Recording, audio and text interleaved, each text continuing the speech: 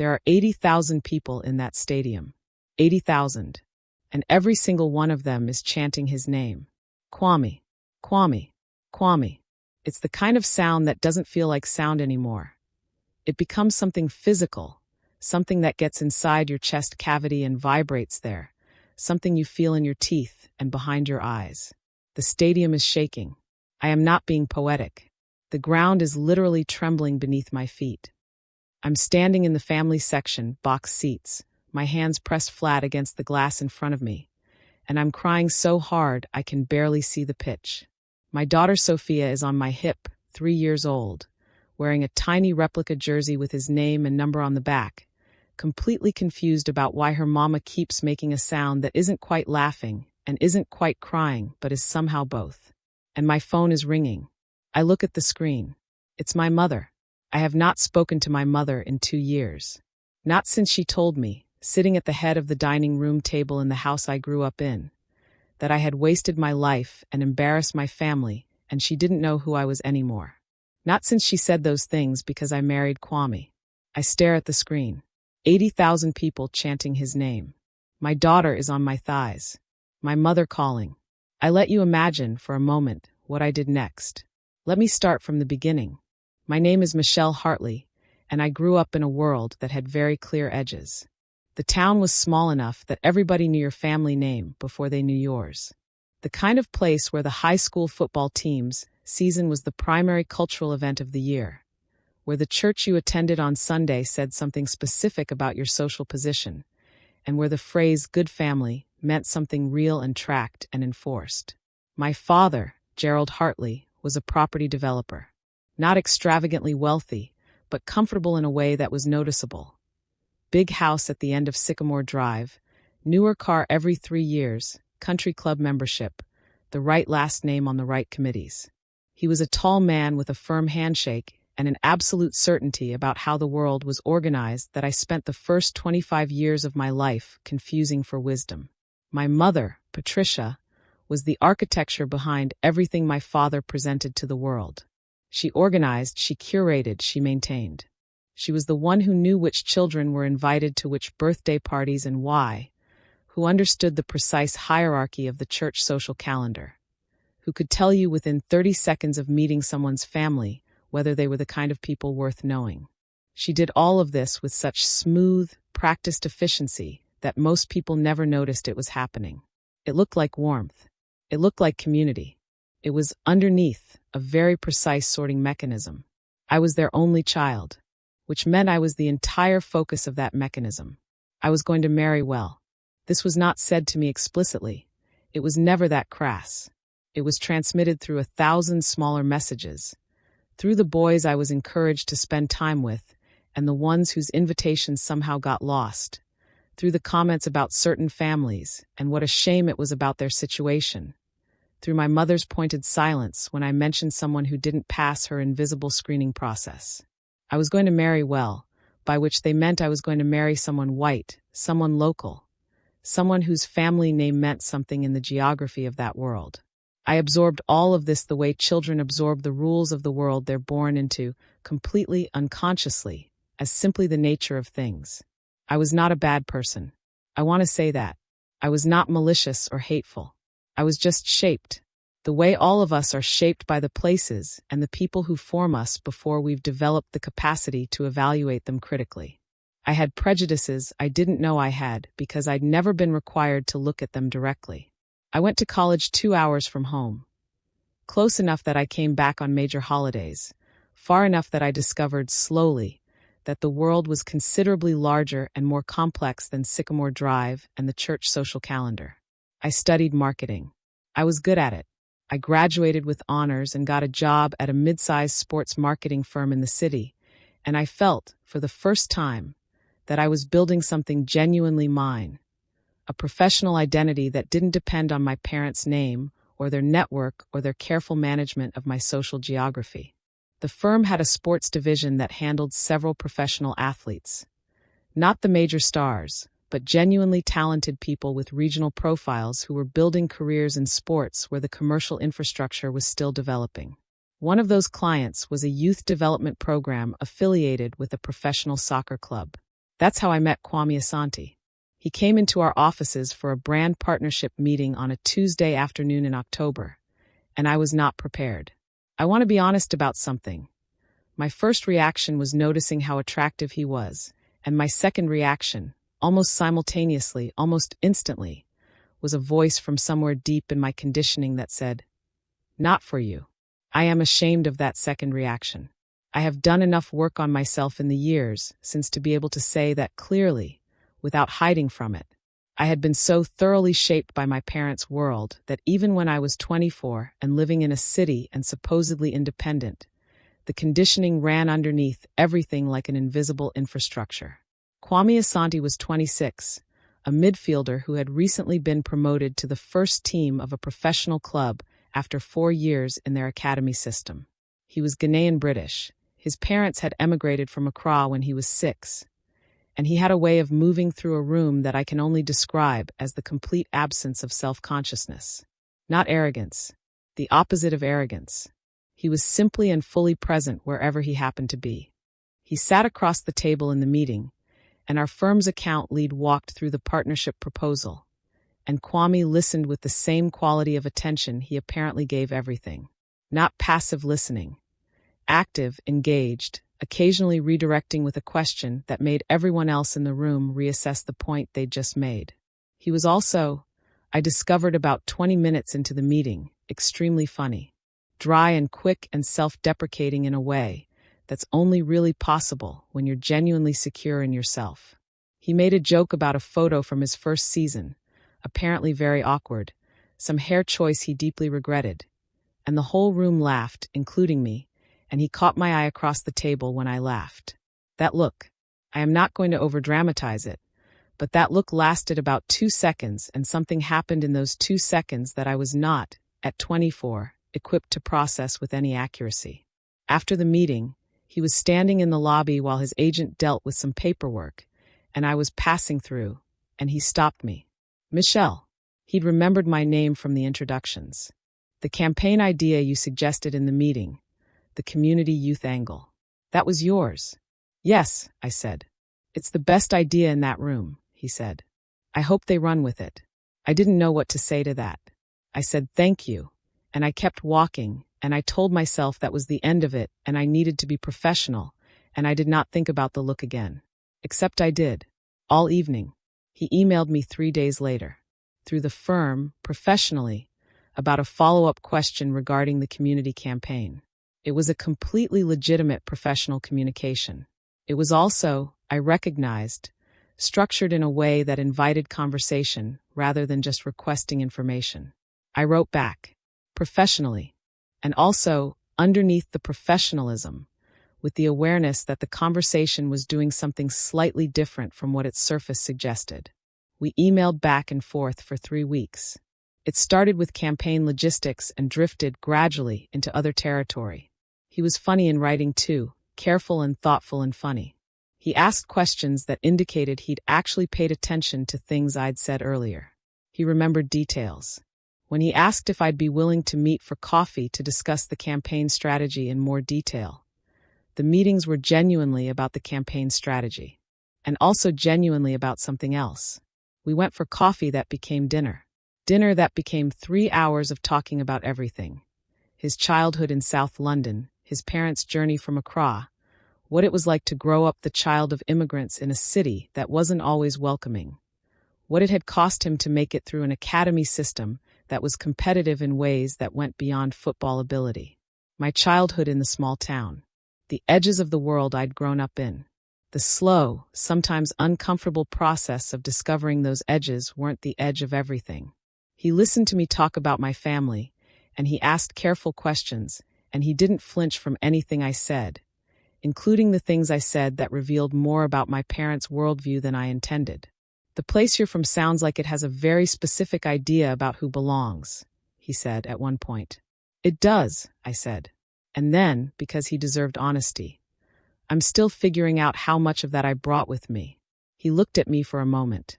"That's a brave thing to know about yourself," he said. I fell in love with him over the next 6 months in a way that reorganized me from the inside. Not the surface of me, the inside. the part of me that had been shaped by sycamore drive and the invisible sorting mechanism and my mother's pointed silences. He didn't do that reorganizing. I did. But loving him required it. Required me to look at things I'd never looked at directly, to sit with discomfort I'd always previously been able to avoid, to ask myself questions about who I actually was and what I actually believed that no one had ever asked me to ask before. It was the most important work I'd ever done. It was also sometimes the hardest.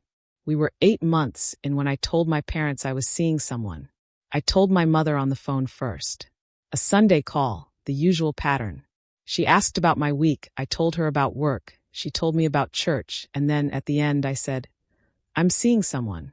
His name is Kwame. He's a professional footballer. I really like him." The silence lasted long enough that I checked to make sure the call hadn't dropped. "A footballer," she said. "Soccer, yes. He plays for Kwame," she said, like she was examining the word. "That's an African name. His family is Ghanaian," I said. Another silence. "When were you going to tell us?"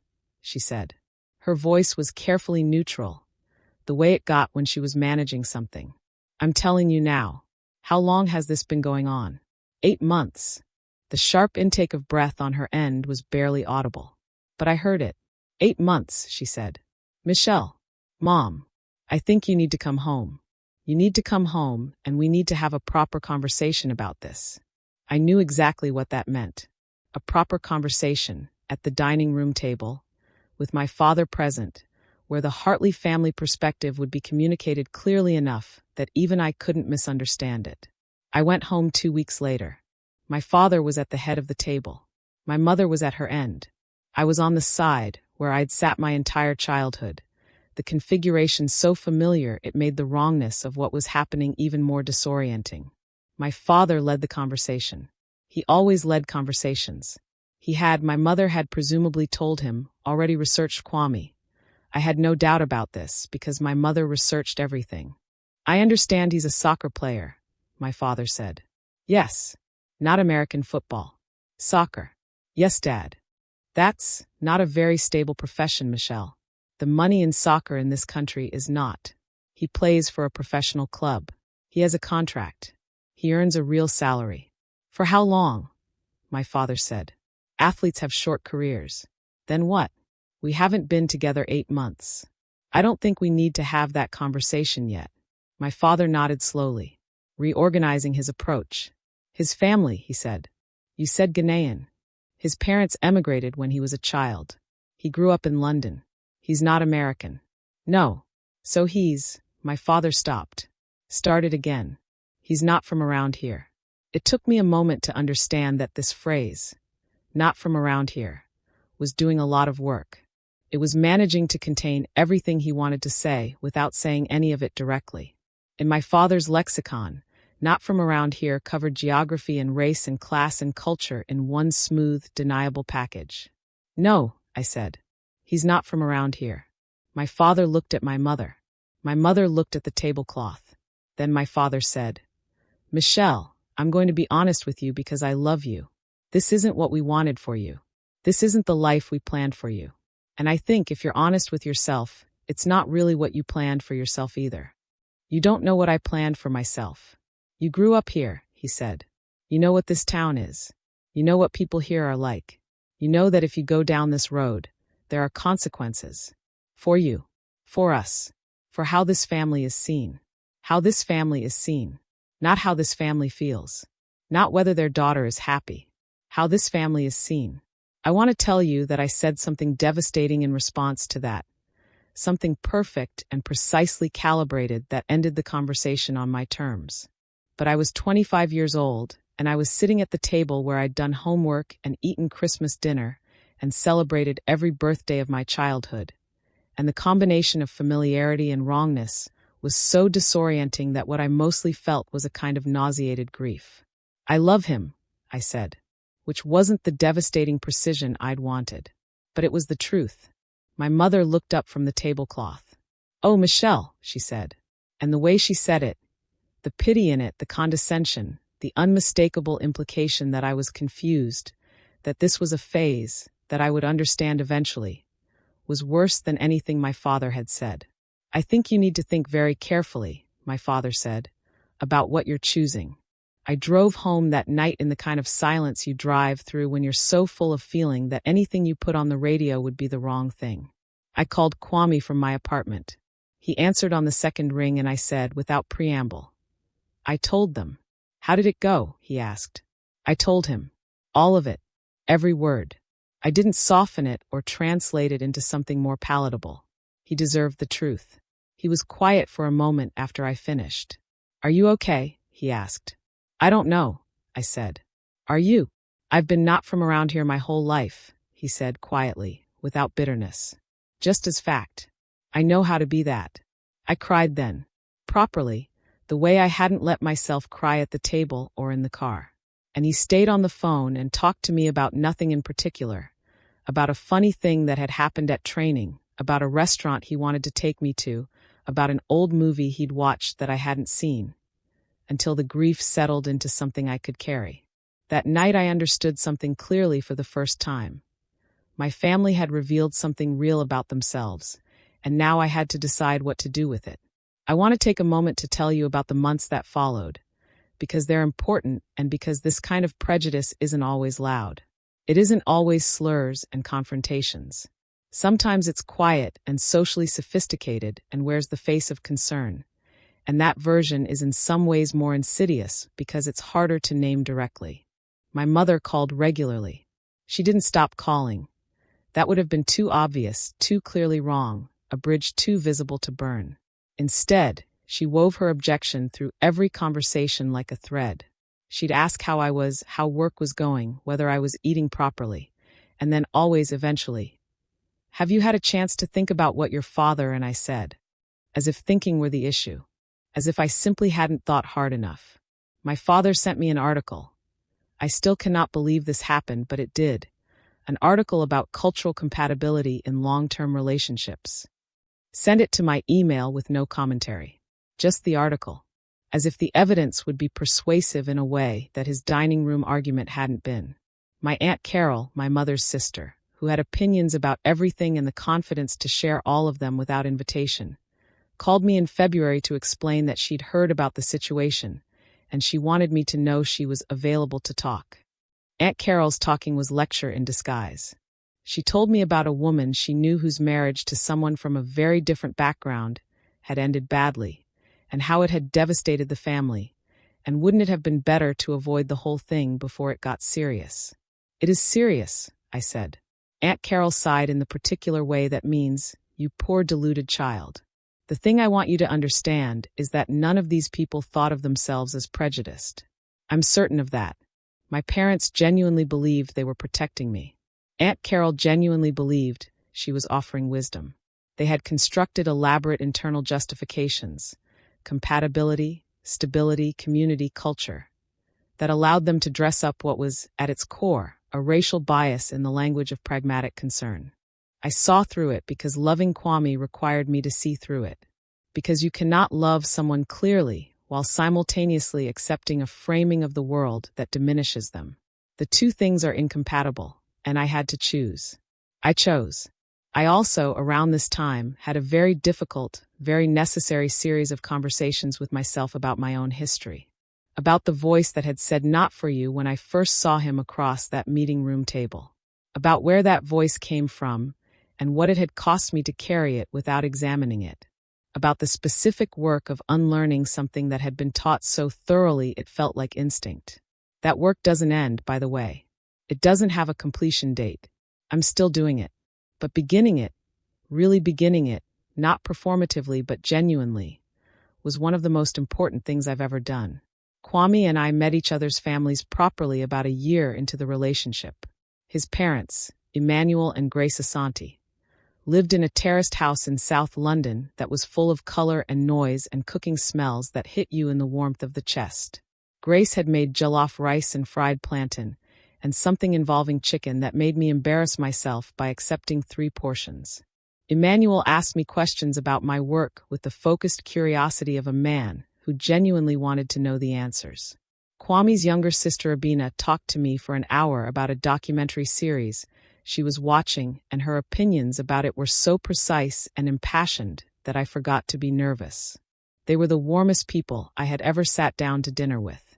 When I was leaving, Grace held my hands in both of hers and said, "We've been waiting to meet the person who makes our son smile like that. Come back soon." I cried in Kwame's car on the way home. Happy tears. The complicated kind that come when something you hadn't known you needed arrives without announcement. "They love you already," Kwame said. "Your mother feeds love into the food," I said. "It's physically impossible not to love her back." He laughed, reached over, and took my hand. In contrast, the first time Kwame met my parents, which I arranged with the care of a diplomatic envoy and the anxiety of someone defusing something, was an exercise in polished, weaponized civility. My parents were perfectly polite. That is the sentence I need you to sit with. They were perfectly polite. They shook his hand. They asked appropriate questions. My mother made appropriate food. My father talked about sports in general terms. There was no slur, no visible hostility, no moment that Kwame could have pointed to and said, "That was it, that was the thing." But there was something underneath the politeness that was as cold as the politeness was careful. A distance that never closed. Eye contact that never quite held. A quality of attention that was present enough to be civil and absent enough to communicate that he was being assessed and failing the assessment regardless of his answers. After dinner, Kwame and I sat in my car in my parents' driveway before driving away, and he was quiet for a moment. "Your parents are very careful people," he said. "Yes," I said. "They didn't want me to feel unwelcome," he said. "They just didn't want me to feel welcome either." The precision of that sentence still hits me when I think about it. "I'm sorry," I said. "Don't be sorry," he said. "I've sat at enough tables like that to know what it feels like. I'm glad I met them. Now I understand the mountain you've been climbing." We drove home. I held his hand the whole way. Kwame proposed on an ordinary Tuesday in November. No grand gesture, no restaurant, no performance. We were in the kitchen of the apartment we'd moved into together. I was making coffee, he was reading something on his phone, entirely domestic, entirely us. And he put down his phone and looked at me and said, "I want to marry you." I looked at him over my coffee cup. "Right now, when you want. But yes, I want to marry you. Kwame, I have a ring. In the bedroom. I bought it 3 months ago. I kept waiting for a big moment. And then I realized the big moment isn't something that happens. You're the big moment. Just every Tuesday. You're the big moment. I'm not going to apologize for the fact that I said yes before he'd finished the sentence. Telling my parents was the conversation I had most dreaded in my adult life. I drove home alone. Kwame offered to come. I said not yet. I needed to do this part alone. And I sat down at the kitchen table with my mother, and I showed her the ring and I said, "We're engaged."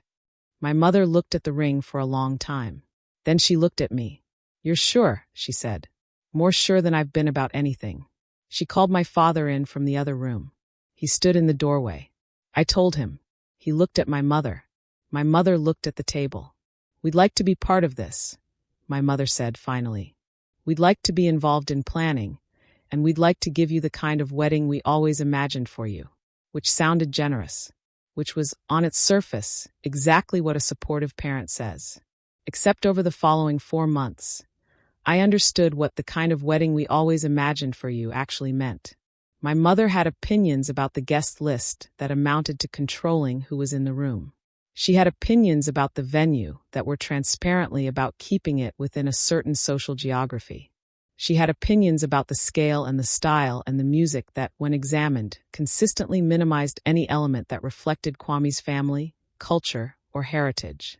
Every time I proposed something that incorporated Ghanaian tradition, a Kent cloth element in the decor, a high-life band for part of the reception, a moment in the ceremony that honored Kwame's parents' heritage, my mother would find a reason why it didn't quite fit with the overall vision.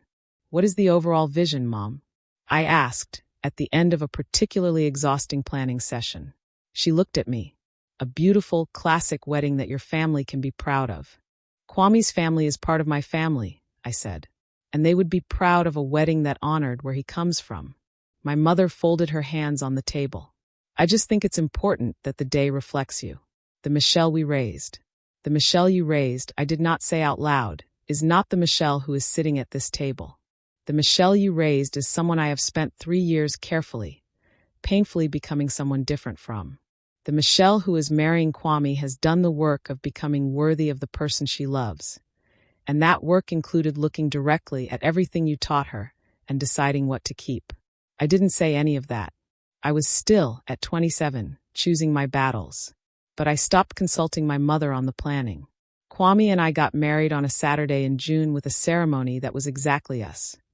A small civil ceremony with immediate family, followed by a reception that was loud and joyful and included both a DJ who played R&B and Afrobeats and a swing band, because we contained multitudes, and our wedding would too. Grace danced for 3 hours straight. Emmanuel gave a toast that made everyone cry and then immediately laugh. Abina was my maid of honor and wore emerald green and looked stunning. My parents sat at the family table, and they smiled the careful smiles of people who had decided that their options were to attend or not attend, and had chosen to attend, but had not chosen to be fully present. They danced once, briefly, and spent most of the reception talking to the 1 or 2 couples from their world who had also been invited. My Aunt Carol was seated next to Kwame's uncle at the reception, a man named Kofi who was a civil engineer, built like a Sunday afternoon and funny as anything. And I watched Aunt Carol spend the first 40 minutes being stiffly polite and the next 2 hours laughing at something Kofi was saying. Small mercies. What I remember most about my wedding is not my parents' careful smiles. What I remember is Kwame's face when I walked toward him. The way all his considerable self-possession just left for a moment. The way he looked like someone seeing something for the first time while also recognizing it completely. I remember Grace Asante sobbing with her whole body at the back of the room. I remember Abina squeezing my hand. I remember the first dance and how Kwame put his forehead against mine and said quietly, just for me, "Whatever comes next, we do it together. Whatever comes next."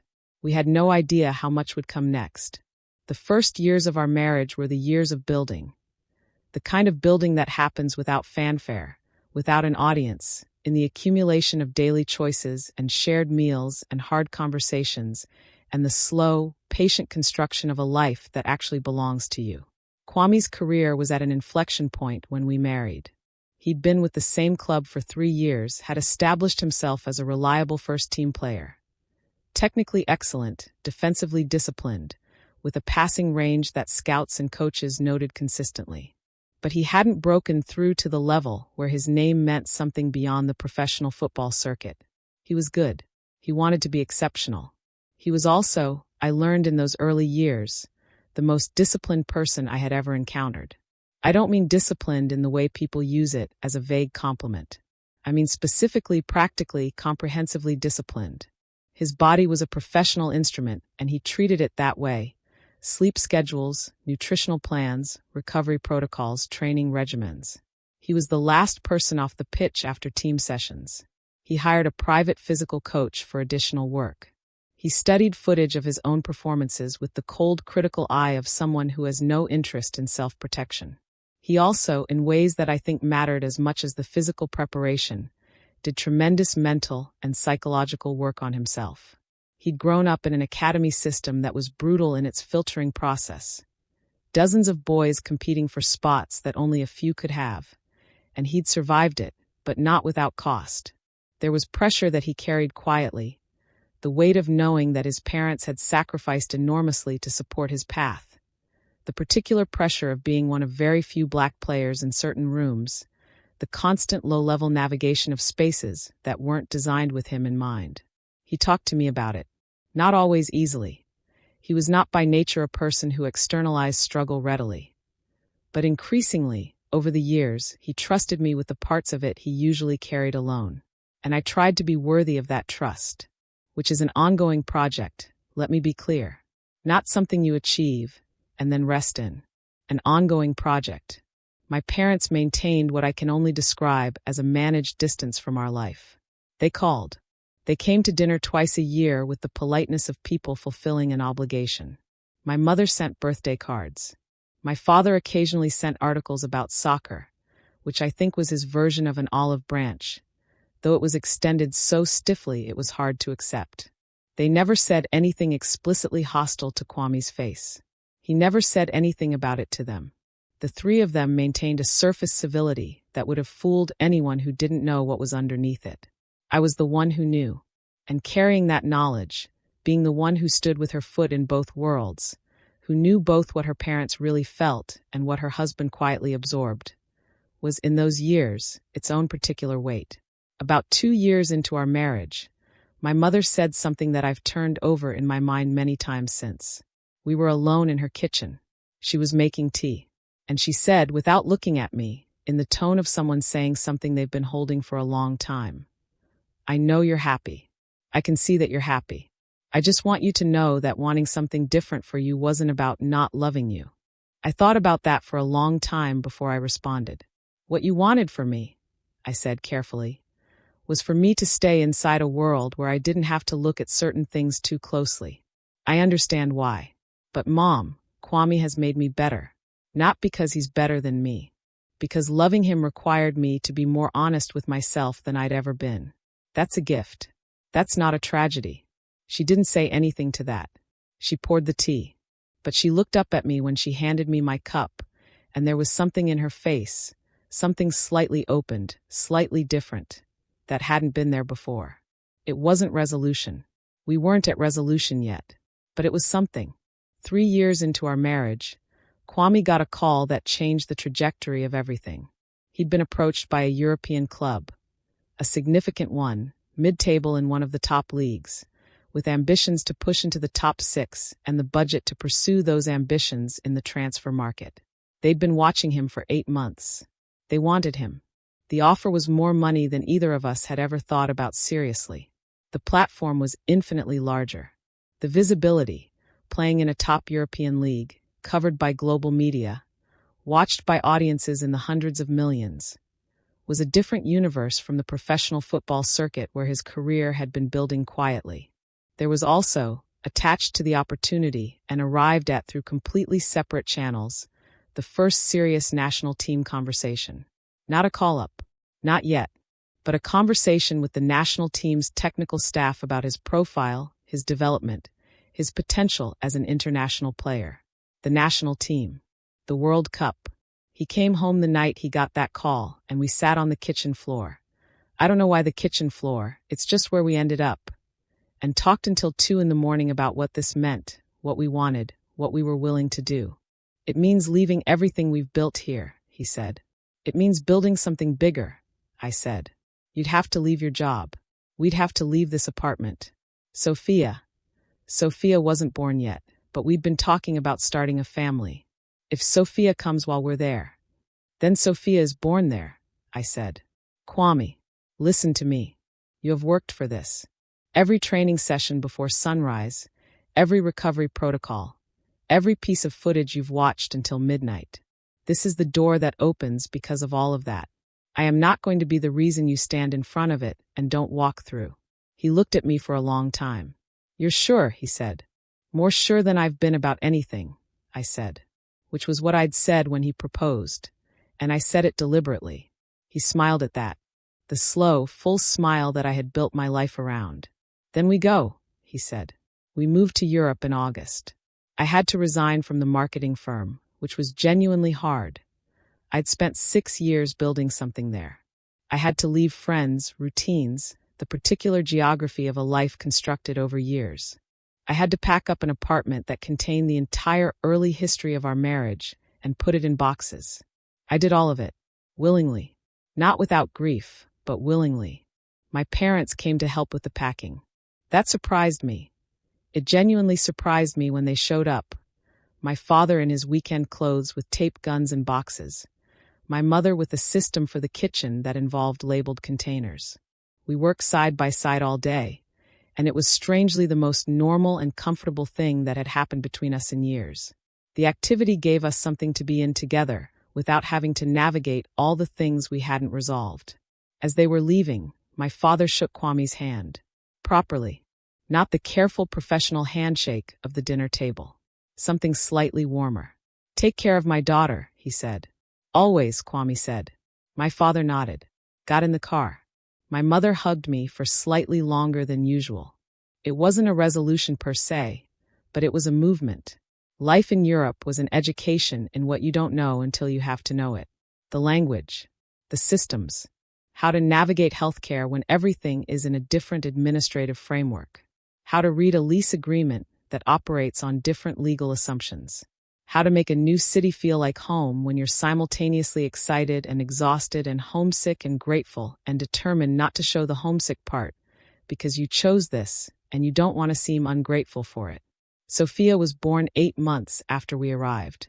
7 pounds, 2 ounces, with Kwame's eyes and what seemed like a complete absence of interest in sleeping at normal human hours.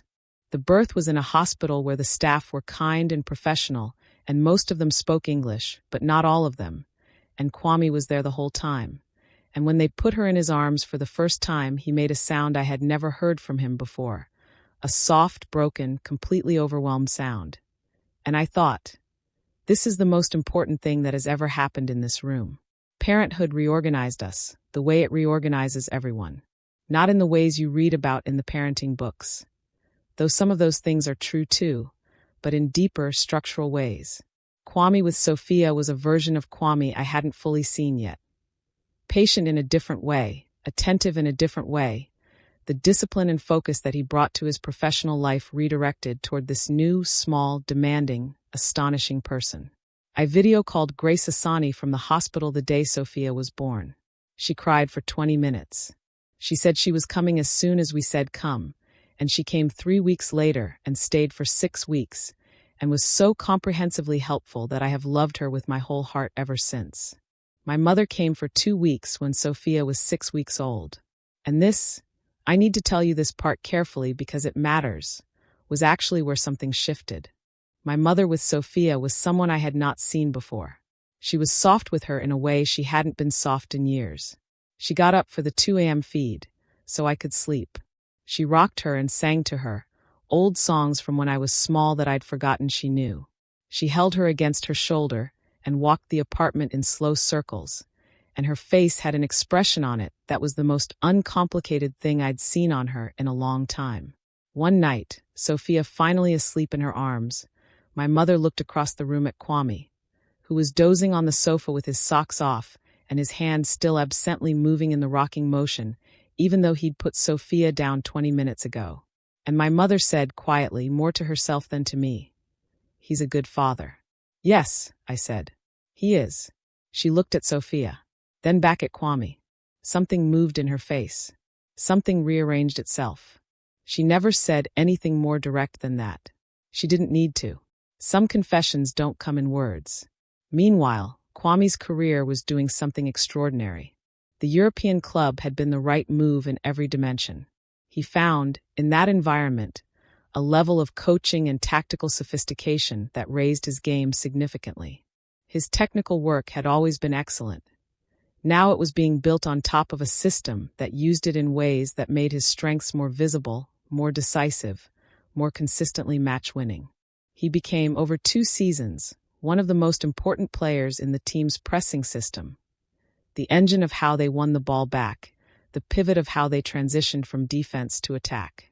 The football media, international football media, the kind with global reach, started to notice.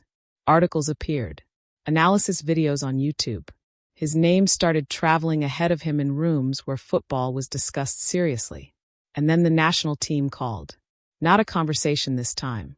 A call-up. I found out the same way he did. His phone rang, he took it in the other room, and he came back 2 minutes later with the kind of look on his face that you only see at the absolute outer edges of human happiness. "The squad," he said. "For the qualifiers." I crossed the room in 3 steps, and I held his face in my hands. "Tell me," I said. "They want me," he said. "For the national squad." We stood in our kitchen in Europe, and we cried. The 2 of us holding each other in the kitchen, with Sophia asleep in the next room, and the city going about its evening business outside the window, and we cried. That night, after Sophia was down and dinner was done, and the house was quiet, Kwame sat at the kitchen table, and he was still for a long time. I left him to it. I knew what that stillness was. It was the stillness of a person taking the full measure of something. "My dad," he said eventually. "He used to take me to watch the national team when I was small. We'd travel to wherever the match was. He couldn't always afford it. He'd save for it. He said that one day I'd be in that shirt." He paused. "I used to think he was just being a dad, saying what fathers say." "He saw you," I said. "He saw me." He nodded slowly. "Before I saw myself." Qualification for the World Cup happened in the way that all great things happen. Not in one decisive moment, but in the accumulation of many, a series of matches and results and performances that built slowly and then suddenly and then were simply done. They'd qualified. Kwame had been part of every match of the qualification campaign. He'd become, by the final stages, not just a squad member, but a key part of the starting 11. The midfielder around whom the team's pressing structure was organized. The player the analysis consistently identified as central to how they won the ball and moved it. The day qualification was confirmed, Emmanuel Asante, quiet, precise engineer's mind, man of few words, called his son from London, and I heard Kwame's end of that conversation from the kitchen. "Yes, Dad," Kwame said. "Yes." Then came a pause. "I know," he said, and his voice cracked. I stepped into the doorway. He was standing with his back to me, phone to his ear, and his shoulders were moving in the way that shoulders move when someone is trying not to show they're crying. "I know, Dad," he said again. "I know." I went back to the kitchen. Some moments you share. Some moments you let a person have fully for themselves. The World Cup was in 8 months. 8 months of preparation, of selection, of the particular pressure that builds when the thing you've been building toward your entire life is finally near enough to see clearly. Kwame was selected for the final squad. The squad was announced on a Thursday, and I watched it live on a stream from my phone while Sophia climbed on me determinately and tried to eat my hair. And when his name appeared on the screen, I screamed loud enough that the neighbor's dog started barking. My in-laws called. Grace cried. Abina sent a voice note that was 30 seconds of screaming. Emmanuel sent a formal, careful, deeply loving text. My parents called. My father first. "We saw the news," he said. That's something, Michelle. That's really something." "Yes," I said. "It is. Is he? Are you both?" "We're wonderful," I said. My mother called an hour later. She said she was proud of him. She said it plainly, without the careful management that usually surrounded everything she said about Kwame. She said she was proud of him, and she said she was sorry it had taken her so long to say things like that, and she said she wanted to come to a match if it was possible. I sat down on the kitchen floor when I hung up that call. I sat there for quite a while. The World Cup itself is a thing I could spend an entire year trying to describe accurately and still not get right. There is simply nothing in sport that exists at that scale. Not just the matches, the entire apparatus around the matches. The coverage, the conversation, the global simultaneity of it. The fact that when you walk through the tournament host city in those weeks, the whole world is there. Every language, every flag, every version of football passion that exists in the human spectrum. Kwame played the group stage matches from the bench. A veteran midfielder held the starting position, and it was the right tactical call, and he accepted it with the professionalism that had always been his fundamental characteristic. He came on as a substitute in 2 matches, and in both cases he impacted the game in ways that showed up clearly on the post-match statistics, and more importantly showed up clearly to the coaching staff. I watched from the family section with Sophia on my hip and Grace beside me and Abina on my other side, and I watched him come on in the second group match, and within 8 minutes change the texture of the midfield entirely. And I felt something I can only describe as fierce and certain. The specific feeling of watching someone become what they were always meant to be. We progressed to the knockout rounds. And then, in the quarter-final, the veteran midfielder pulled a muscle in the warm-up. I found out from a text message from one of the other players' wives. Starting lineup just changed. Your man is in. I read that text from the family section of the stadium. The teams were warming up on the pitch. I found him in the warm-up group immediately. I have always been able to find him in any crowd, in any situation, something about the way he moves that my eyes just recognize. And I watched him doing his pre-match routine, and I thought, he's ready. He's been ready for years. Today the world gets to see it. I'm not going to describe the match to you play by play. That's not this story. But I will tell you this. Kwame Asante played 90 minutes of football in a World Cup quarterfinal that I believe will be remembered and discussed for as long as people discuss football. He scored once. A goal that came from a press he initiated that won the ball back in the opposition's half, that he drove with before playing a 1-2 with the striker, that he collected again at the edge of the box and struck. Not with extraordinary power, but with extraordinary precision, the exact spot the goalkeeper couldn't reach. And the stadium exploded with a sound I will carry in my body for the rest of my life. He was everywhere. Defensively, in his organization of the press and his reading of the opposition's transitions. Going forward, in the connection between midfield and attack, that he operated like someone who had studied every second of it. He played with a controlled, purposeful intensity that looked on the surface like ease, because the highest level of preparation always looks easy from the outside. At the final whistle, 2-1 through, the stadium was chaos. Beautiful, magnificent, disorienting chaos. Players embracing. The coaching staff on the pitch. The crowd of tens of thousands making that sound. And then spontaneously, these things always happen spontaneously. There's no coordination. It's just what crowds do when they feel something strongly enough. The chant started. Kwame, Kwame, Kwame. 80,000 people. His name. That sound inside my chest. I was crying before I knew I was crying. Sophia looked at my face and looked at the pitch and looked back at my face. And then she pointed at the pitch and said, her first full sentence. I swear to you this was her first full sentence. That's Daddy. I looked at Grace, standing beside me.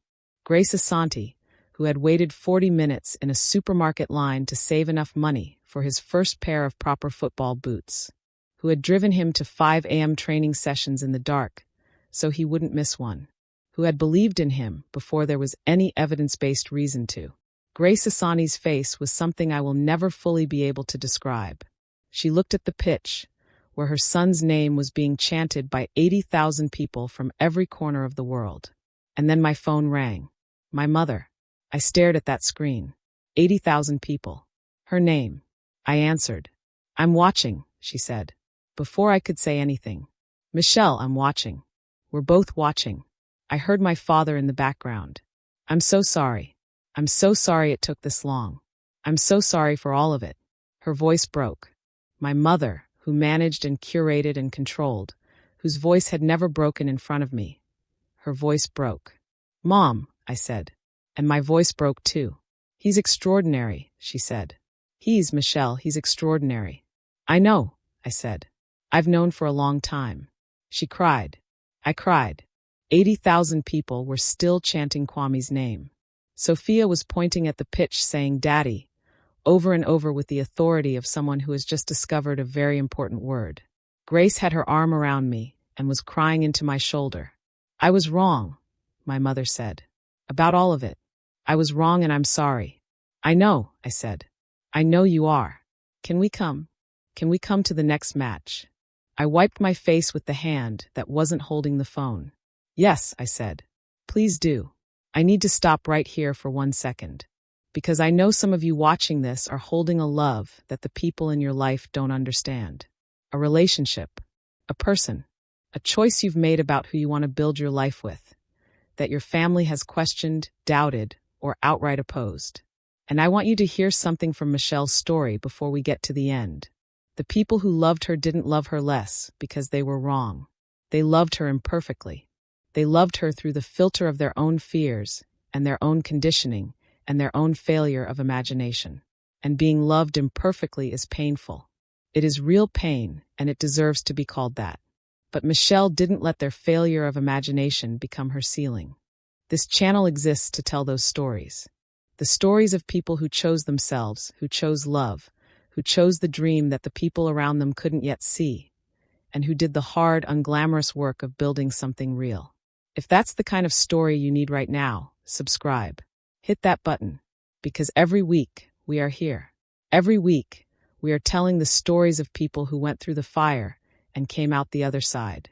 Subscribe, and let's finish this story together, because there's still so much more to tell. My parents flew in for the semifinal. I want to describe what that arrival was like because it matters, and because the easy thing would be to say they came and everything was fine and the resolution was complete and neat. Real life is not neat. The resolution of years of hurt and wrong thinking and imperfect love does not happen in a single gesture or a single phone call or a single match. But they came. My father in the arrivals hall, broader in the shoulders than I remembered, grayer, looking slightly out of his element in the tournament city crowds. My mother beside him, smaller than I remembered, or maybe I'd just grown in a way that made her seem smaller. They came through the gate, and my mother saw me and did something I haven't seen her do since I was small. She crossed the distance at something close to a run, and she held me. She held me the way a person holds someone they've been trying to apologize to in the inadequate language of practicality and occasion, and she couldn't find the right words. She held me like the holding itself was the apology. I held her back. My father stood a few steps away with his hands in his pockets, and when we separated he stepped forward and he said, "We've a lot to make up for." "We do," I said. Not unkindly, just honestly. "We know that," he said. "We know." Kwame met them at the apartment that evening. I had not been able to fully predict how this would go, and I think all three of them were carrying their own version of uncertainty about it. But here's what happened. My father asked Kwame about the quarterfinal, about the goal, about the tactical structure of the game. And Kwame, who has the patience of someone who has been misread his entire life and has learned that the way you change a misreading is conversation, not confrontation, Kwame talked to him. He explained the press structure. He talked about the partnership with the striker, the analysis that had gone into understanding the opposition's weaknesses. He talked about the coach's preparation methodology. My father listened with the focused attention of a man who, underneath all his prejudice and his carefully maintained world, genuinely loves the sport. "I used to play," my father said at one point. "Years ago. Nothing serious. High school." "What position?" Kwame asked. "Defensive midfielder, technically. Though my coach would have argued about the defensive part." Kwame laughed. My father laughed. It was the first time I'd heard them laugh together. My mother sat beside Grace Asante at the semi-final. I had engineered this carefully because I believe strongly, that the way you shift someone's understanding of what they've been wrong about is to put them in a room with the humanity they've been abstracting. Grace Asante is not an abstraction. She is warmth and precision and fierce love and a laugh that makes you feel like you've known her your whole life. She brought snacks she'd made herself, wrapped carefully, and she shared them with my mother without ceremony. And by halftime they were sharing a bag of plantain chips, and my mother was laughing at something Grace had said about the referee. I watched this from 3 seats away with Sophia on my lap, and something unknotted in my chest that I hadn't known was knotted. The semifinal. Kwame started. Of course he started. After the quarterfinal, after that performance, the decision was obvious, and the coaching staff had made it publicly and clearly. They won. They were in the final. My father stood up and cheered when the final whistle went, genuinely and physically cheered, and then looked slightly embarrassed about how unmeasured it was, and then didn't care that he was embarrassed. He cheered. My mother, standing beside Grace Asante, was crying. The World Cup final. I don't think there are words adequate to the World Cup final, but let me try. The stadium holds 80,000 people. Every seat is full. Every person is wearing colors, carrying flags, carrying noise. The air itself feels charged in a way that sounds like hyperbole until you're inside it, and then it's simply accurate. It is the biggest room in the world. The biggest moment in sport. The culmination of everything that has been building for 4 years in cycles, and for a lifetime in individual careers. Kwame had not slept well in the days before the final. I knew this not because he told me. He managed his pre-match anxiety with characteristic privacy, but because I'd been sleeping beside this man for years and I knew his patterns. I knew the particular quality of the 3 a.m. wakefulness that was different from ordinary insomnia. The morning of the final, I was in the kitchen at 6:30 when he came down. He made coffee. He sat at the table. He was not in his head in the way of someone spiraling. He was in his head in the way of someone taking final inventory, making sure everything is accounted for. I sat across from him. "Tell me what you need," I said. He looked at me. "Nothing you haven't already given me," he said. "Tell me anyway." He thought about it. "This morning, just this. You coffee the table. Nothing else." We sat at the table for an hour. We talked about Sophia, who was still asleep. We talked about something funny his teammate had said at dinner the night before. We talked about what we were going to eat when this was all done, and we were home, and the extraordinary thing was over, and ordinary life was there again. The family section for the final is different from the regular family sections for tournament matches. It is larger, more visible, more intensely photographed. Cameras scan it constantly. The world is watching who is watching. My parents were there. Grace and Emmanuel and Abina were there. In an act of coordination that no one had explicitly planned, but that happened naturally. The way natural things happen when the conditions are finally right. My mother sat beside Grace again. My father beside Emmanuel. Sophia was on my hip. She was wearing Kwame's name and number. She had been coached by Abina to say, "Go Daddy" on demand. And she was deploying it with impressive frequency and zero understanding of the context. The match was extraordinary. I am not going to walk you through it tactically. Again, that's not this story.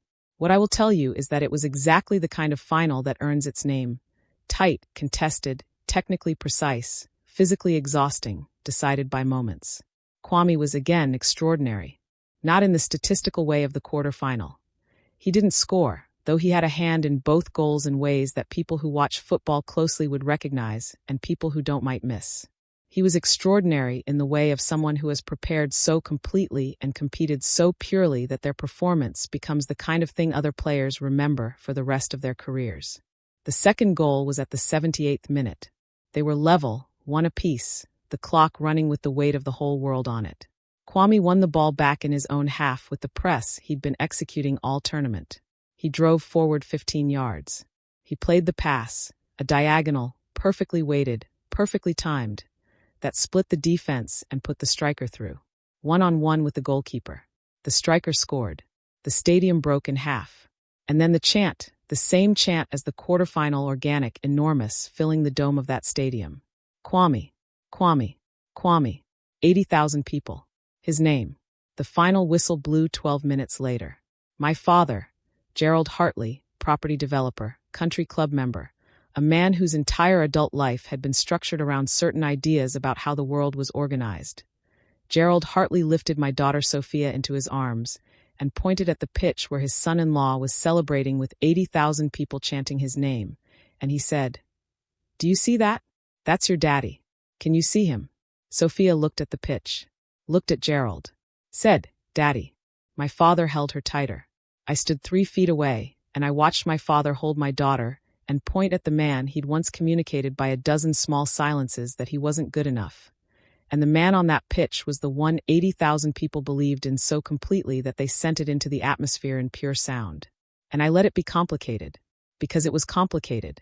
Because the resolution of something built over years cannot be simple or clean.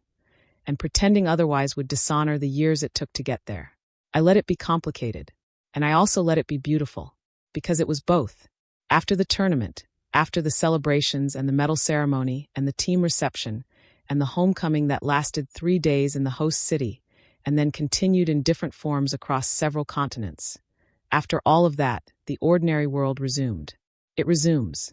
That's the thing about extraordinary events. They end, and then Tuesday comes. We had several conversations in the weeks after the tournament that needed to be had. My parents, Kwame, and I, without Sophia present, and without the emotional scaffolding of a once-in-a-lifetime event to structure us. My father went first, which surprised me. He sat across from Kwame in our apartment, and he said, "I owe you an apology that I should have had the character to give you years ago.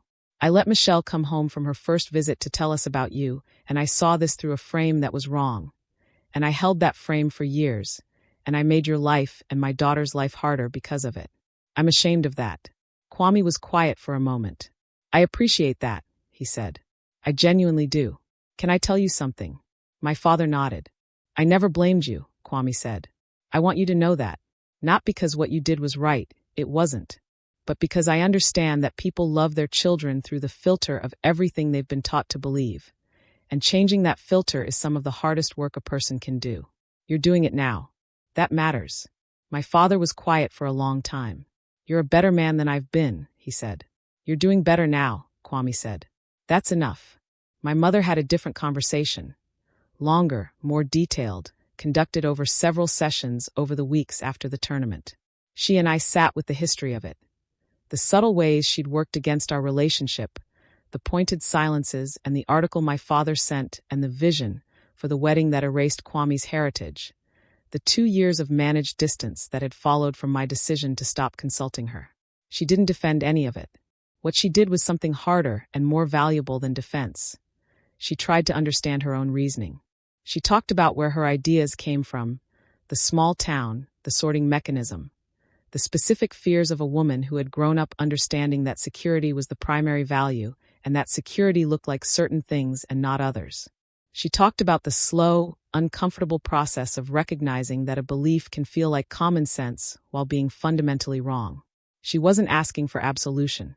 She was doing the more difficult thing of looking at it clearly. I don't know how to make it right, she said in one of those conversations. I keep trying to figure out what I can do that makes it right, and I don't think there is one thing. There isn't, I said.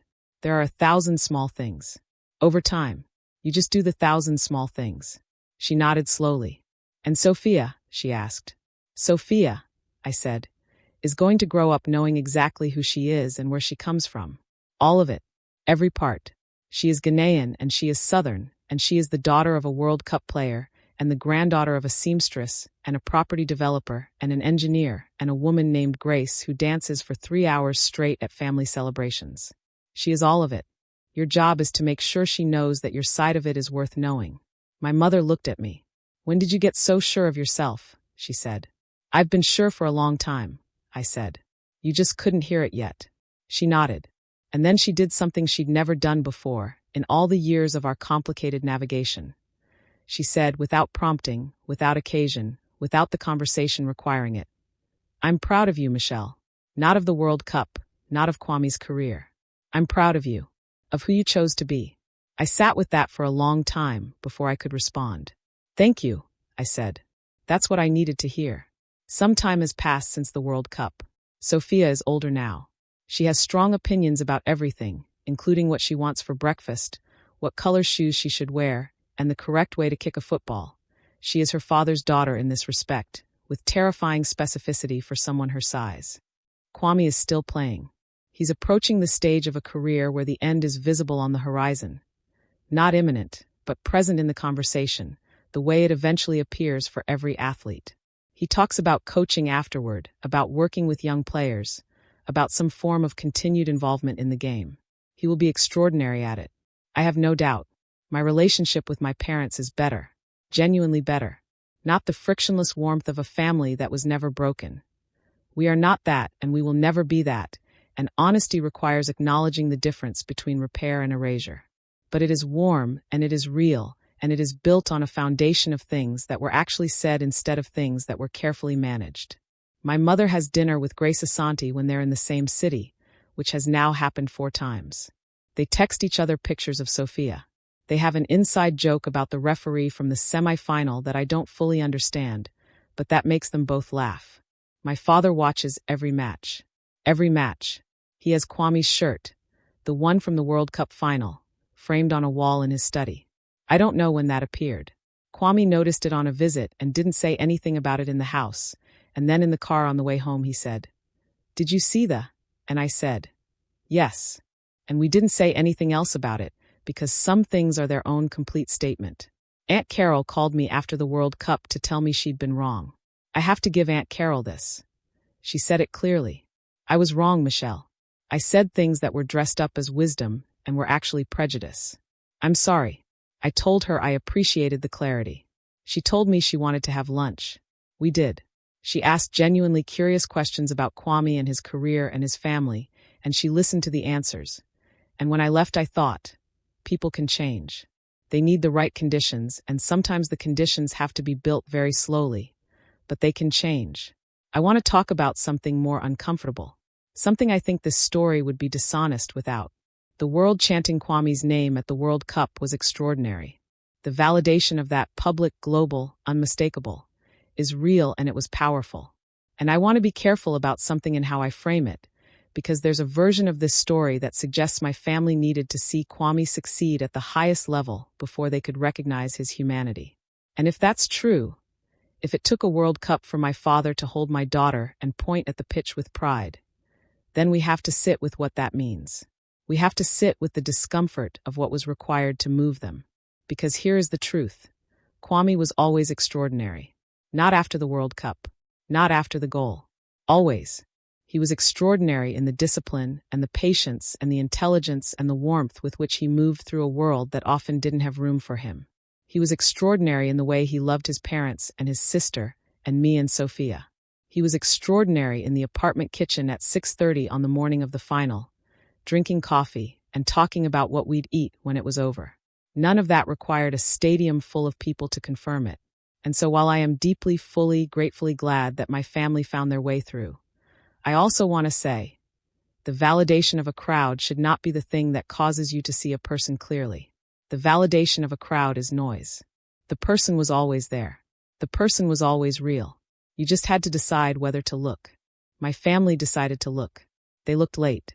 They looked because extraordinary circumstances made it easier to look. I am glad they looked. And I am also holding, as a permanent piece of how I understand this, the knowledge of what it cost to wait for them. Last year, Kwame was invited to speak at a youth football development program. Not a professional academy. A community program in the city where he grew up, for kids between 8 and 16, most of them from families where the idea of a professional football career was a dream held more by the child than the parents. I went with him. Sophia came too, though she was more interested in the snacks than the speeches.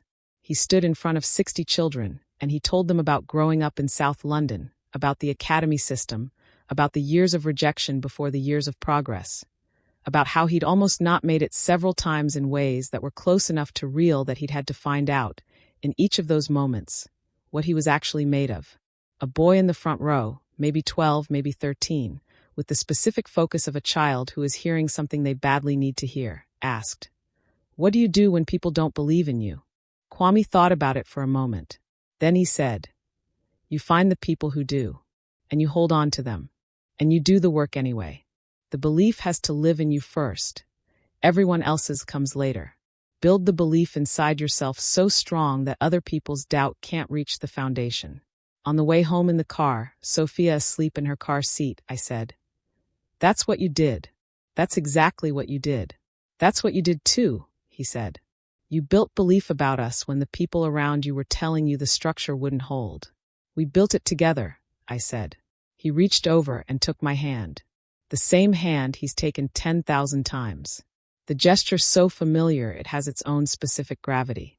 We drove home in the dark, and I thought about the kitchen table where I'd been 16, and the kitchen table where I'd told my mother I was engaged, and the kitchen table where I'd sat across from Kwame the morning of the World Cup final, and all the kitchens and tables and ordinary moments that make up a life, and how a life, an actual life, the inside of it, is not a highlight reel. It is Tuesday at 6:30. It is a conversation that goes long. It is the decision, made repeatedly, to hold something real against the weight of everything that tries to make you let go. It is 80,000 people chanting a name you chose to love when the crowd was silent. It is the work, the daily, unglamorous, completely necessary work. It is enough. It is everything. I want to tell you where we are, right now in this life. Kwame plays. Sophia grows in ways that are daily astonishing. She is her father's tactical intelligence and my stubbornness, a combination that will either change the world or exhaust everyone who encounters it, possibly both. Grace Asante is the grandmother Sophia runs to first at every family gathering. And this causes me zero grief because watching Grace receive that love is one of the great pleasures of my daily existence. My parents are better, genuinely better, not transformed in the dramatic, clean break way of a movie ending, but changed in the way that real change actually happens. Slowly, with backslides and recommitments, with moments of genuine connection and moments of old habit that both parties have to notice and redirect. My father came to Sophia's last birthday and sang loudly and badly, and with complete disregard for pitch, and Kwame filmed it on his phone, and we still watch it when we need to laugh. My mother and Grace have started a thing they call a friendship, and I call a partnership, because they have collectively decided on several matters involving family occasions in ways that required no input from any of the adults they theoretically belong to. I find this both slightly alarming and deeply wonderful. Aunt Carol is Aunt Carol.